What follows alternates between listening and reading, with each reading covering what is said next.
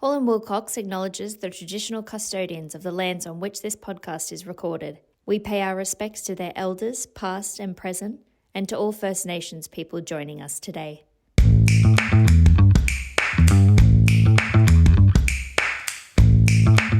Welcome to a new episode in Holland Wilcox's Spotlight on Construction Law podcast series, in which we examine key topics that affect the construction sector.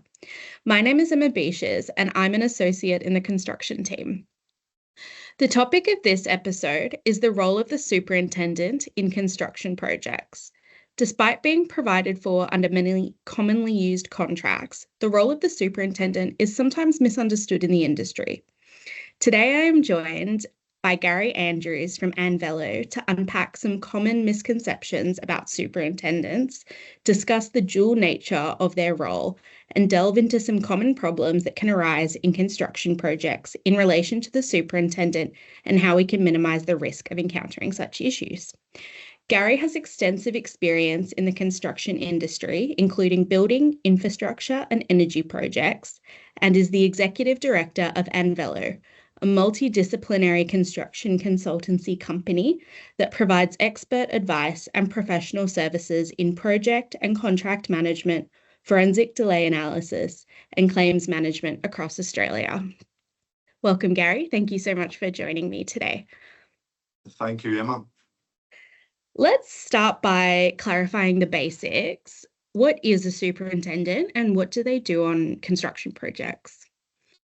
Okay, so the superintendent is appointed by the principal as an agent for the principal, and essentially the superintendent must act in the principal's best interests and in accordance with the contractual obligations.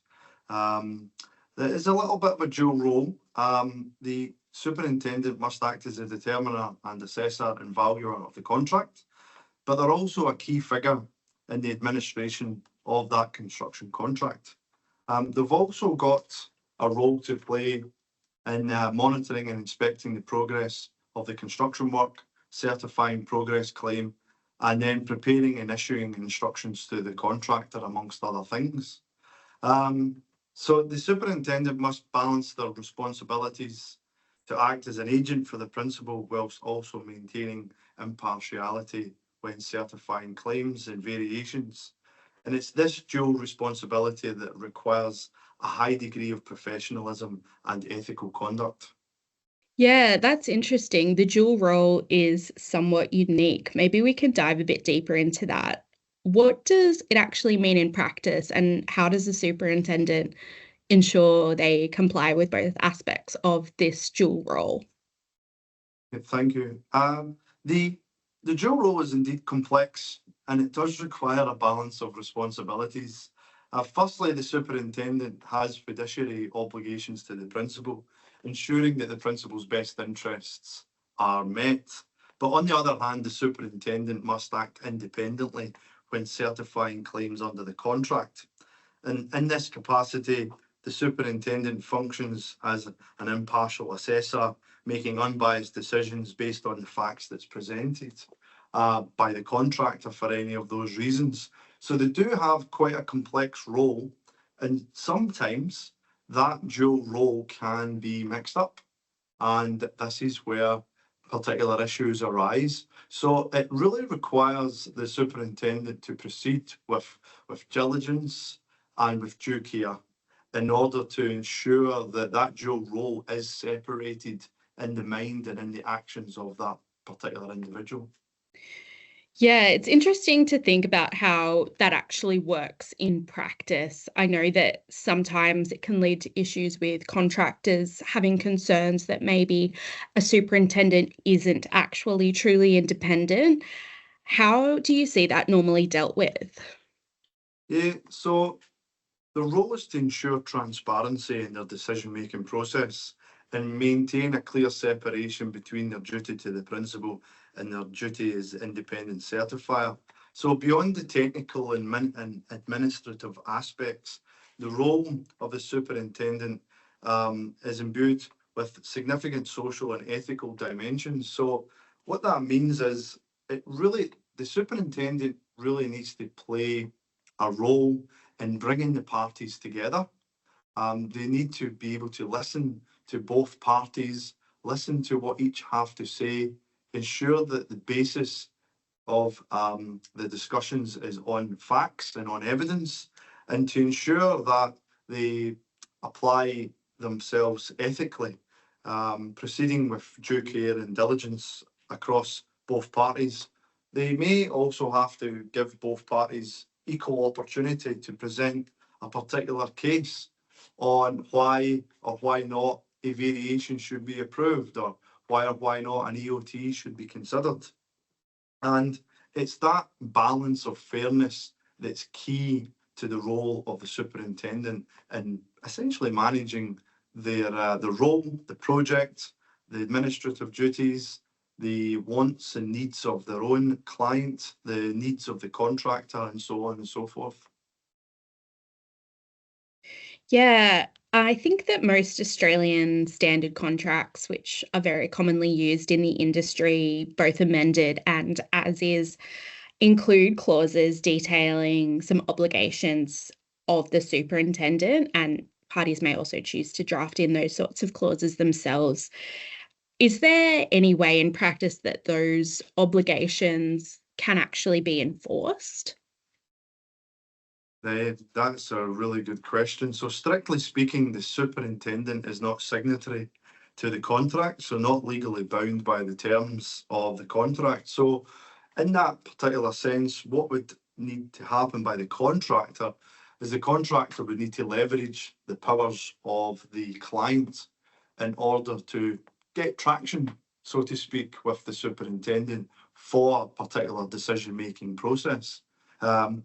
What usually happens is, well, if the superintendent cannot make an informed decision, they may decide that they need expert assistance with a professional engineer or quantity surveyor or a delay analyst, for different aspects of a claim or approval or other. And it's this need for help, this ask for help, which is pivotal in order to make those robust decisions. Yeah, do you have any examples from your experience of those kinds of disputes and how they've played out? Yes, I do. So I was involved in a mid-rise block of apartments in Canberra, and the contractor was claiming that the project was complete under the contract, and there was a test for that completeness. That the superintendent and the contractor could not agree on the definition of what was complete and if the works were actually complete themselves. So the contractor and the superintendent decided to instruct myself in order to complete an assessment of the works, the approval certificates, and what have you, in order to render a non-biased opinion if the works were in fact complete.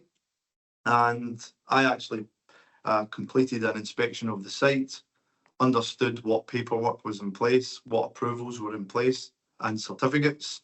And then I made my determination on different aspects of the project to understand if it was complete or not. And that also extended to the test of completion or practical completion to understand if each of those elements of practical completion and completion were actually met. Needless to say, that particular piece of evidence was respectfully preferred in alternative dispute proceedings and litigation. And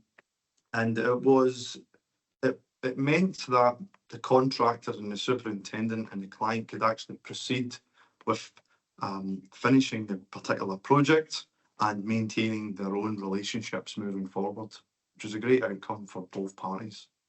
Yeah, that does sound like a really good outcome. Sometimes something we've noticed is projects may involve a project manager instead of a superintendent. And I think sometimes people get these roles a little bit confused. Can you perhaps talk through what the difference between a project manager and a superintendent is? Of course. So a project manager is primarily responsible for planning, execution, and closing of a project. They oversee the project from inception to completion, ensuring that it's completed on time, within budget, and to the required quality standards.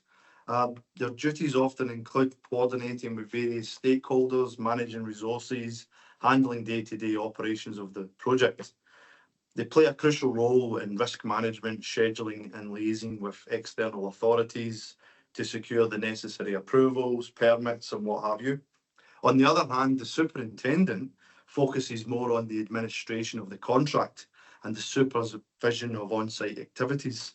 So their responsibilities typically include ensuring that the work complies with contractual specifications, overseeing the quality of workmanship, and managing the actual construction process. They act as the client's representative on site, ensuring that the contractor adheres to the terms of the contract and addressing any issues that arise during construction. So in essence, while both roles are integral to the successful completion of a construction project, the project manager tends to have a broader scope of responsibility that encompasses the entire project lifecycle, whereas the superintendent's role is more specialised, concentrating on the execution phase and compliance with the contractual obligations. Yeah, that makes sense. Thank you.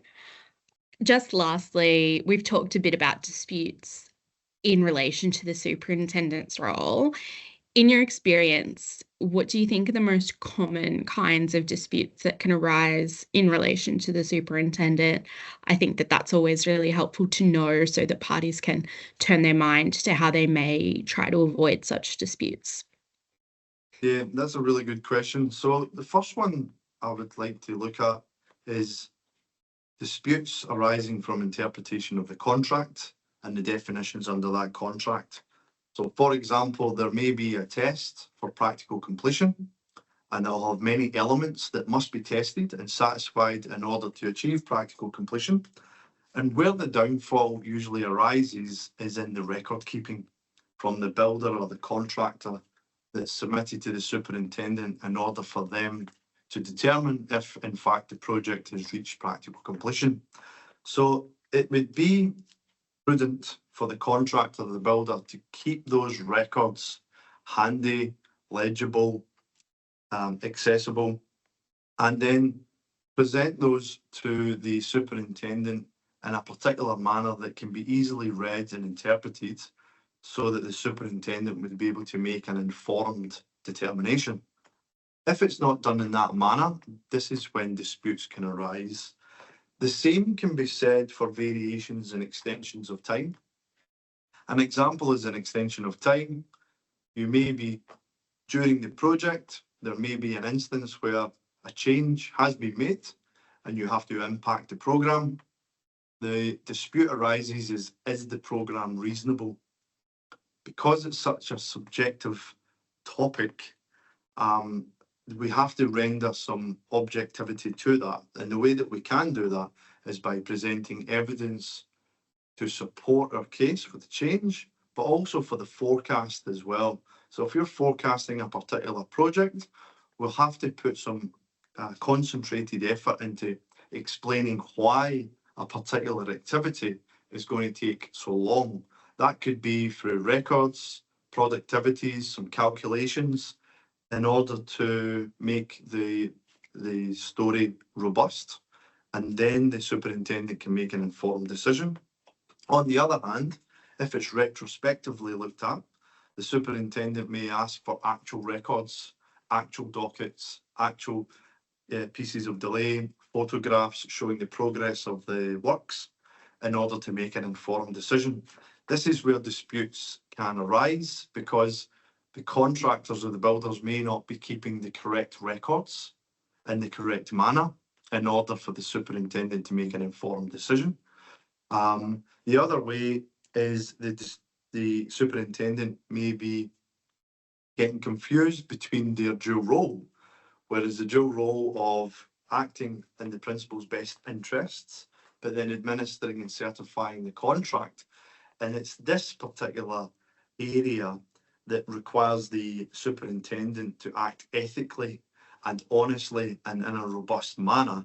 And it's this dual role that can also cause a dispute in any construction project across Australia, for sure. Yeah, that makes sense. Sounds like good record keeping is absolutely key. I think that's all we have time for today. Thank you so much, Gary, for joining me and for sharing your insights with us. Thank you very much for having me. Thank you also to everyone for listening. And as always, please feel free to get in touch with anyone from the construction team at Hall & Wilcox if you have any questions or would like to discuss further. Our contact details can be found in the podcast description of this episode. And finally, if you're enjoying the Spotlight on Construction Law podcast series, please rate, review, and subscribe wherever you get your podcasts. Thank you.